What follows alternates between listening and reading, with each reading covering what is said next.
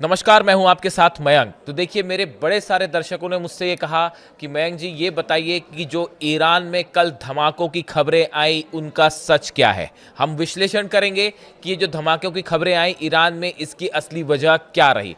देखिए, आपको पहले पूरा घटनाक्रम समझना पड़ेगा। कल अचानक इस तरह की खबरें चलने लगी कि ईरान के 10 शहरों में धमाके हुए हैं और उन शहरों के सबके नाम भी लिए गए। तेहरान में धमाका हुआ है, एवाज में धमाका हुआ है, तबरीज़ में, केश में, मुअल्लम में, नतांज, फरान, कोम और ऐसे तमाम शहरों के नाम सामने आए कि इन सब में धमाके हुए हैं।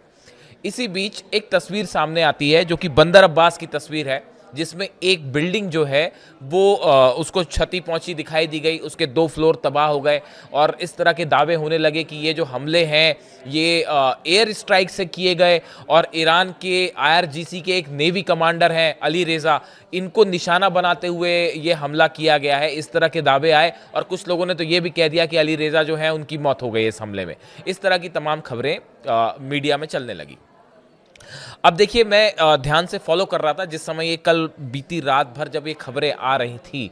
मैं पूरी तेहरान की जितनी न्यूज़ एजेंसीज़ हैं, मिडिल ईस्ट के जितने बड़े अखबार हैं, न्यूज़ एजेंसीज़ हैं, मैं सबको फॉलो कर रहा था।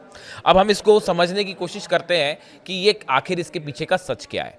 देखिए, सबसे पहली बात नंबर 1 कि जो तस्वीर धमाके की बंदर अब्बास से आई है वो तस्वीर सच है। उसमें आप देख सकते हैं बिल्डिंग तबाह हुई है, लेकिन आप इसको जरा गौर से देखिए। इस बिल्डिंग को, इस बिल्डिंग का ऊपरी जो हिस्सा है वो तबाह नहीं हुआ। बीच के जो फ्लोर नीचे के हैं वो तबाह हुए हैं। यानी ये किसी भी तरह का मिसाइल अटैक नहीं था, ये क्रूज मिसाइल अटैक नहीं था। बात नंबर 1, जिस तरह के दावे हुए कि ईरान पर मिसाइल हमला हो गया, बिल्कुल ऐसा नहीं था। अगर क्रूज मिसाइल फायर की जाती तो ये पूरी की पूरी बिल्डिंग तबाह हो जाती। बात नंबर 1। बात नंबर 2, कहा गया कि ये ड्रोन अटैक हो सकता है। ये बिल्कुल भी किसी तरह का ड्रोन अटैक नहीं था, जहां तक मैं समझ पा रहा हूं, जहां तक मैं एनालाइज कर पा रहा हूं। देखिए, अगर कोई ड्रोन आके अटैक करता, यह संभव ही नहीं है कि बिल्डिंग के ऊपरी हिस्से को तबाही ना मचे। ऊपरी हिस्से में जो है वो नुकसान, बीच के 2 हिस्से में फ्लोर पे जो है नुकसान हो जाए, ऊपर की बिल्डिंग में खास नुकसान नहीं है, सिर्फ शीशे टूटे, ये संभव नहीं है। अगर आप ड्रोन से कोई बड़ा धमाका करते हैं, बॉम्ब ड्रॉप करते हैं या इस तरह का कुछ चीज होती है तो पूरी बिल्डिंग को नुकसान पहुंचता, सिर्फ 2 फ्लोर को नुकसान नहीं पहुंचता।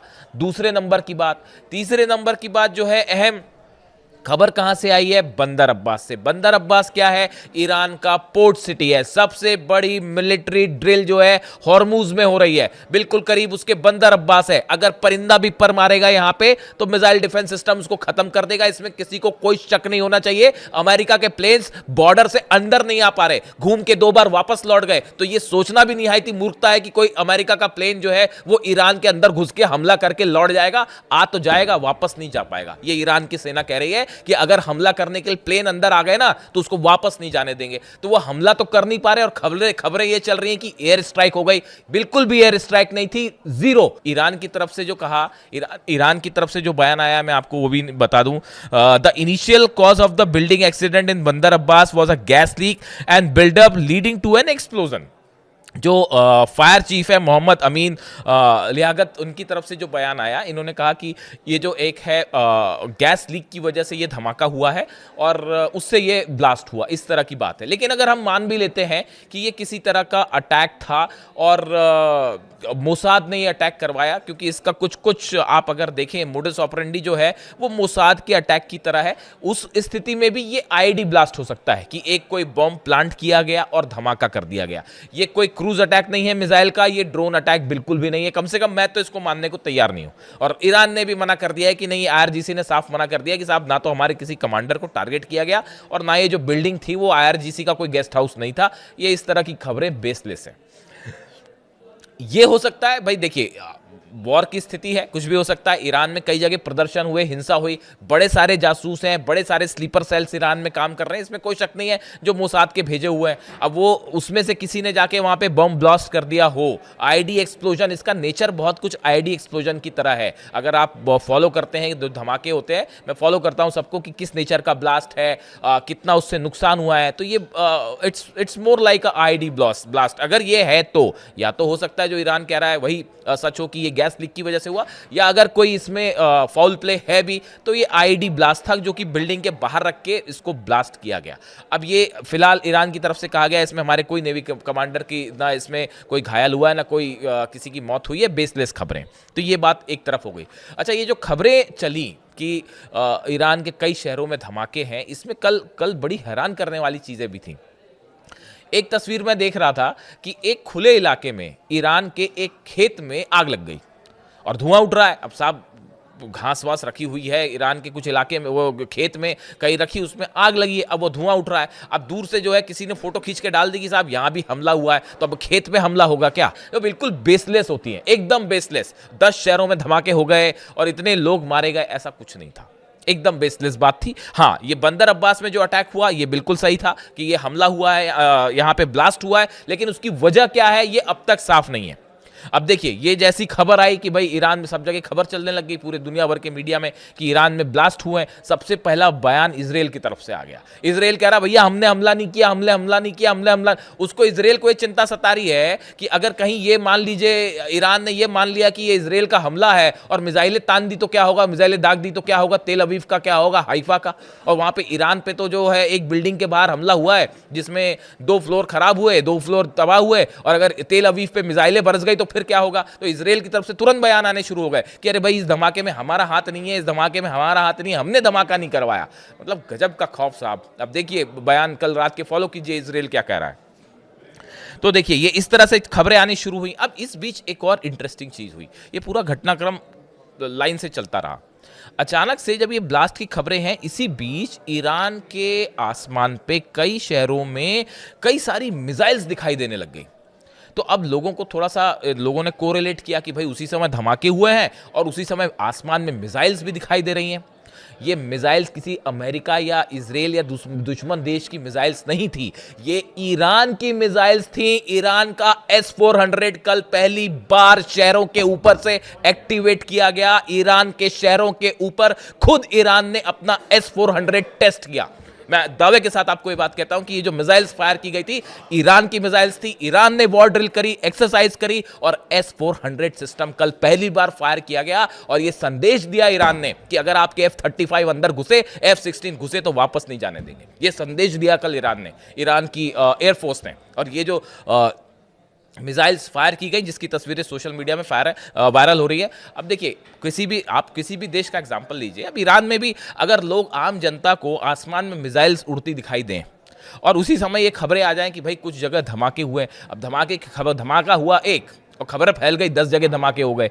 अब देखिए ऐसी स्थिति में ये एक स्वाभाविक सी बात है कि अब जो टेंशन बिल्टअप है उसके बीच में ये अनुमान लगाया जाने लगता है भाई कहीं पे अमेरिका ने हमला तो नहीं कर दिया और कहीं इजराइल ने हमला तो नहीं कर दिया, क्या अटैक शुरू हो चुका है। ऐसा कुछ नहीं था, बिल्कुल बेसलेस बात थी।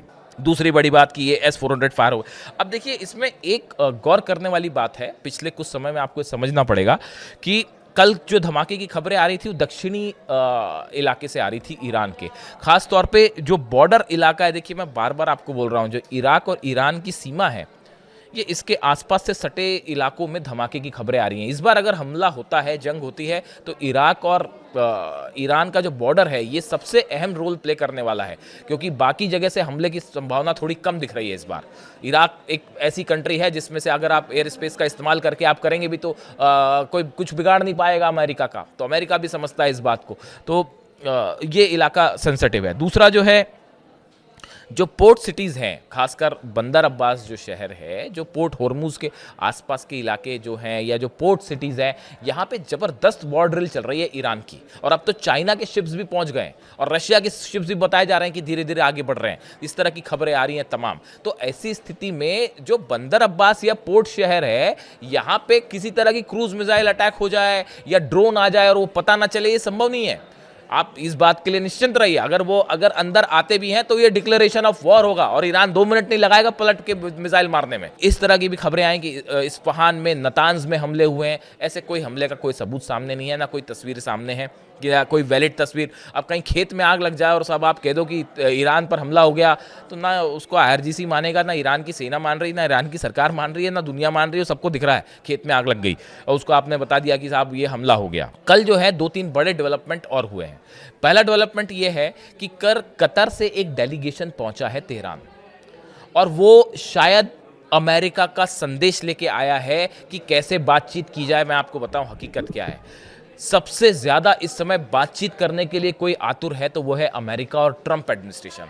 इतनी बड़ी फजीयत हो गई है कि आपने इतना बड़ा बेड़ा भेज दिया, अब्राहम लिंकन को भेज दिया, और ब्यूटीफुल आर्माडा जो कह रहे हैं वो आ रहा है। जॉर्ज डब्ल्यू बुश जो है दूसरा एयरक्राफ्ट कैरियर वो भी पहुंचने वाला है। इतनी सारी आपने सबमरीन्स लगा दी, वॉरशिप लगा दी। अब इनका करना क्या है, सवाल ये है। ना हमला करते बन रहा है, ना पीछे हटते बन रहा है, बदनामी हो रही है। तो ऐसी सिचुएशन में कि अब करा जाए तो क्या करा जाए, तो सबसे बढ़िया तरीका ये किसी तरह से ईरान से बातचीत शुरू कर दी जाए, और ताकि ये मामला ही खत्म हो और वापस हम अपना लाव लश्कर जो लाएं वो लेके वापस चलें। अमेरिका की तरफ से लगातार कोशिश हो रही है कि किसी तरह ईरान को टॉकिंग टेबल पे लाया जाए और बात की जाए। ईरान कोशिश नहीं कर रहा है, ईरान से ज़्यादा आतुर तो अमेरिका है, भाई किसी तरह से बात हो जाए, बात हो जाए। और यही वजह है कि कतर का एक डेलीगेशन कल पहुंचा तेहरान, और बताया जाता है कि ईरान से जो है वो किसी तरह से एक ग्राउंड वर्क तैयार किया जा रहा है कि बातचीत शुरू हो। और इसका ही दूसरा एग्जाम्पल ये है कि अली लारिजानी साहब जो हैं, ही वेंट टू मॉस्को, रूस गए वो। परसों इस तरह की खबरें आई थी रात को कि ईरान के एयर स्पेस में एक प्रेसिडेंशियल प्लेन टेक ऑफ किया और वो मॉस्को की तरफ रवाना हुआ। तमाम उसको लेकर बातें आई। मैं फॉलो करता हूँ उसको पूरा, ईरान का जो एयर स्पेस है क्या होता है, कैसे होता है, एक एक बारीकी से एक एक चीज़ पे हम नज़र रखते हैं। तो एक प्लेन उड़ता है साहब तेहरान से, तो कहा गया कि किसका प्लेन है। अचानक से जो हड़कंप मच गया, नज़रें रहती हैं सबकी सैटेलाइट से। वो प्लेन में अली लारिजानी साहब थे जो कि मॉस्को पहुंचे, और वहां पे जाके उन्होंने पुतिन से मुलाकात की है और बात की है। अब इस पूरे मामले में रूस का रोल भी बेहद अहम हो गया है। अब देखिए, एक अली लारिजानी साहब का एक जो पोस्ट आया है, उन्होंने कहा है कि मीडिया वॉर से बनाए जा रहे माहौल के उलट बातचीत के लिए एक स्ट्रक्चर बनाने का काम चल रहा है। देखिए, जो बात मैं आपसे कह रहा था ना कि हवाई खबरें चल रही है बहुत सारी, खासकर मिडिल ईस्ट में, और इसराइल के अखबारों में तो और ज़्यादा चल रही हैं कि साहब जो है जंग हो गई, हमला हो गया, या इस तरह की जो तमाम बातें हैं। अली लारिजानी साहब ने क्या कहा कि मीडिया वॉर से बनाए जा रहे माहौल के उलट, कि एक जो बड़ा हवा क्रिएट किया जा रहा है, वॉर होगा, नहीं हो रहा ऐसा कुछ, और बातचीत के लिए एक स्ट्रक्चर बनाने का काम चल रहा है। ये अमेरिका लगातार ये कोशिश कर रहा है कि किसी तरह से बातचीत होए ताकि ये मामला थोड़ा सा ख़त्म हो, हम अपने जो जहाज वहाज लाए हैं लाके वापस ले चलें तो थोड़ी इज्जत बच जाए। ऐसी स्थिति में ये जो खबरें हैं, मेरे बड़े सारे दर्शकों ने कहा कि भाई कल की ये बताइए, ये जो धमाके हुए ईरान में, इसका सच। बंदर अब्बास में धमाका हुआ है, शायद एक आध जगह और धमाके की खबर है, लेकिन ये किसी तरह का एयर स्ट्राइक नहीं था, ये ड्रोन स्ट्राइक नहीं थी, ये या तो हादसा है जैसा ईरान कह रहा है। ईरान ही ज़्यादा बेहतर बताए, हम यहाँ बैठे बैठे हम तो कोई आकलन कर नहीं सकते, हवाई खबर तो आपको बताएंगे नहीं। ईरान का कहना है कि ये गैस लीक से ब्लास्ट है, लेकिन अगर ये फाउल प्ले है भी तो ये आईडी ब्लास्ट था, और कोई ऐसे बड़े स्केल पर नहीं था ये ब्लास्ट, की कोई वॉर वाले लेवल का ब्लास्ट हो, ऐसा बिल्कुल नहीं था। अब इससे जुड़ा जो भी अपडेट होगा, देखिए अगले 4-5 घंटे बेहद अहम होने वाले। इनफैक्ट अगले 48 घंटे में ये तय हो सकता है कि क्या ईरान अमेरिका की बातचीत शुरू होगी और या फिर मामला वॉर की तरफ आगे बढ़ेगा। ये अगले 48 घंटे में तय हो जाएगा। मैं पूरे हालात पे नजर है, जो भी अपडेट होगा, जैसी कोई नई खबर आएगी मैं आप तक जरूर पहुंचाऊंगा। कमेंट करके बताइए आपको वीडियो कैसा लगा। Thank you so much.